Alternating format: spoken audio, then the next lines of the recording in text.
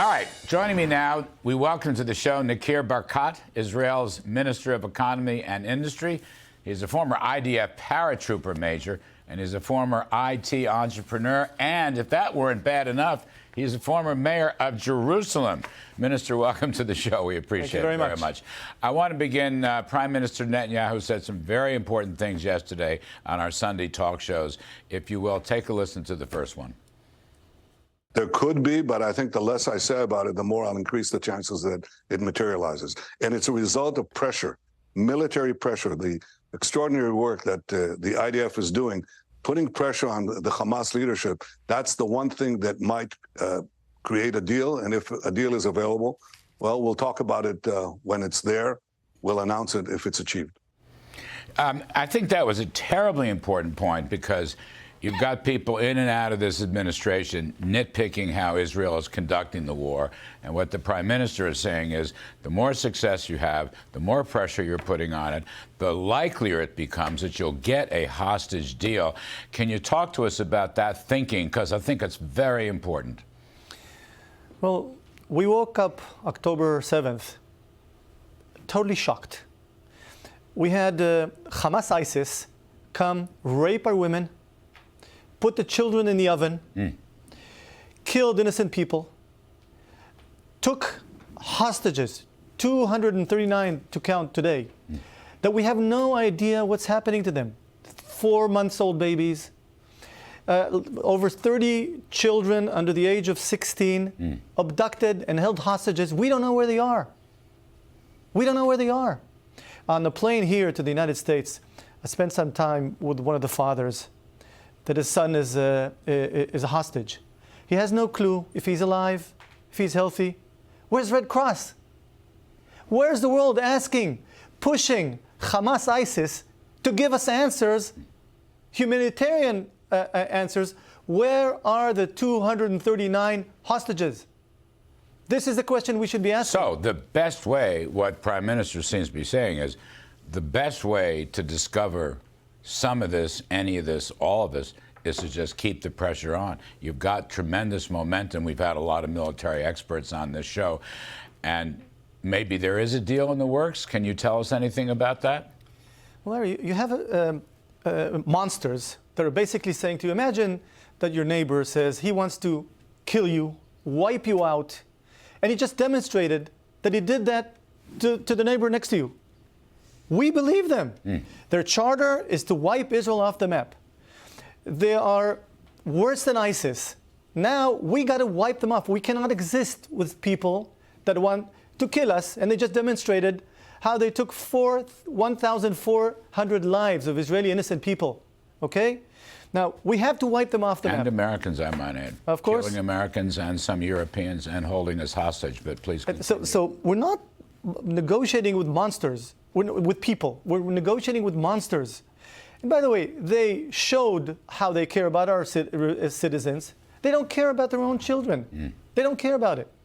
They know our weakness. Our weakness is the U.S. weakness. We care about people. We see, if God forbid we see an innocent child hurt, we care. We don't want to see that.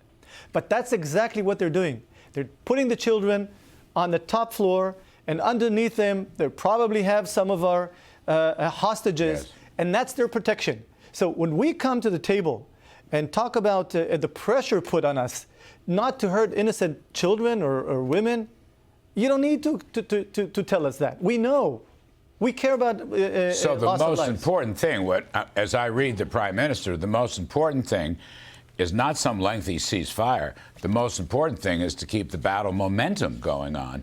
And that might yield some pressure to get hostages out. But of course, you have to annihilate Hamas anyway. But that, because he's being nitpicked by people in the administration here who are saying, you know, ceasefire 1 day, 2 day, 3 day, et cetera, et cetera. Prime Minister says, no, it's just the reverse. The tougher we are, the more successful we are, then the likelier is we'll get a hostage. We have to finish the job. If we don't, God forbid. Larry, what happens if we don't? All over the world, it's not only Israel's problem. All over the world, in Europe, in the United States, people will do the same because they understand that if they get their way and we don't finish the job, like Nazi Germany, or Imperial Japan in the Second World War. We have to make sure that thinking or that ability of Hamas, ISIS, we have to remove them off the face of the earth. And then we talk about an administration that will deal with us, but doesn't have the charter to throw us to the sea. That's the main goal. And while doing so, we'll have to do everything we can to get our hostages back. We're willing to negotiate. And so while the Hamas monsters... From a position of strength. Of strength. Right. That's strength. what some people people we need miss. help of the administration and of the American people that this is the best time to say thank you. Israel is... Let me play. Hang on. I don't mean to interrupt. That's one thing. What the president did and what the American administration and the American people, the support we get, we don't take that for granted. And we are always, forever, going to be thankful to the support we get. It's very meaningful for us. I understand. Let me play a second clip from what Prime Minister said on Sunday about, I call it finishing the job. Take a listen. If you want peace, destroy Hamas. If you want security, destroy Hamas. If you want a future for Israel, the Palestinians, the Middle East, destroy Hamas. We're absolutely intent on achieving it. And what I can tell you, Kirsten, is given the extraordinary performance of the Israeli army in the last few days, the last few weeks, we're going to achieve it. So the way I read that, it's what you've been saying. Of course, it's what the Prime Minister's been saying from day one. There's no going back to a Hamas government or even presence in Gaza, period. Zero Full chance. stop. Full stop. Yes. Like the world eliminated Nazi Germany, we will eliminate Hamas monsters, ISIS, off the face of the earth. And they will not be replaced by anybody that has the same charter. We will never be able to live with somebody that says he wants to destroy us, and once they have an opportunity, they make all these horrific killing, raping. We will not allow that. Nobody on earth would agree that a neighbor will behave like this. And people should be disabused of the notion that whatever new government or arrangement occurs in some post-war period, which is still a ways away, Hamas not going to be part of it. 99% of the Israeli public is aligned on this. Yes. We seek to have peace with our neighbors. We have 40 years peace with Egypt, 25 years peace with Jordan, now with the Abraham Accords a few years, and we seek peace. We're peace-seeking people. And we demonstrated that we know how to collaborate with our neighbors, but we know how to defend ourselves against those monsters, and we need the support of the U.S. and the global world, and especially, don't hesitate. We'll finish the job. We must not stop. And this is one of the biggest requests and things that we want. We need your support not to stop at any condition unless it's for the reason of negotiating for our hostages, but on our terms. Let me ask you one more, Minister. We appreciate your time. We appreciate you coming on the set, by the way, very, very much. Thank you very much. Mr. Blinken, the Secretary of State, has been complaining that there are too many casualties, far too many Palestinian casualties in Gaza. I don't understand that complaint.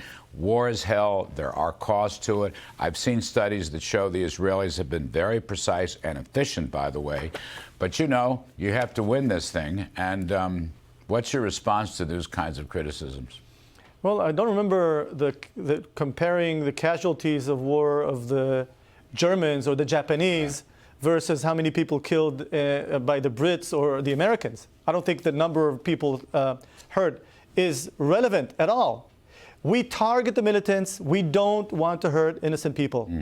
They're using that. They're using innocent people to hide behind them and take our citizens, our civilians, as hostages to protect themselves. Okay? We never do that. We will never do that. We will do everything we can to enable them to cross, to have a corridor for humanitarian help on the southern part of Gaza, because we don't want to hurt innocent civilians. Yes. Okay. There's collateral damage in every war. That's it. We don't like it, but we're committed to finish Hamas and take them off the face of the earth. Minister Nir Barkat, we appreciate your coming on. Thank you very much. In kinder, gentler times, we'll talk about the technology, capitalist economy, the natural gas economy in Israel. I know you're an expert in all It's a huge these areas. opportunity post-war for people to invest. And I knew the Prime Minister when he was Finance Minister and helped change that system. But again, we wish you all the luck and Godspeed and victory in your quest. Thank you for coming on. Thank you so much.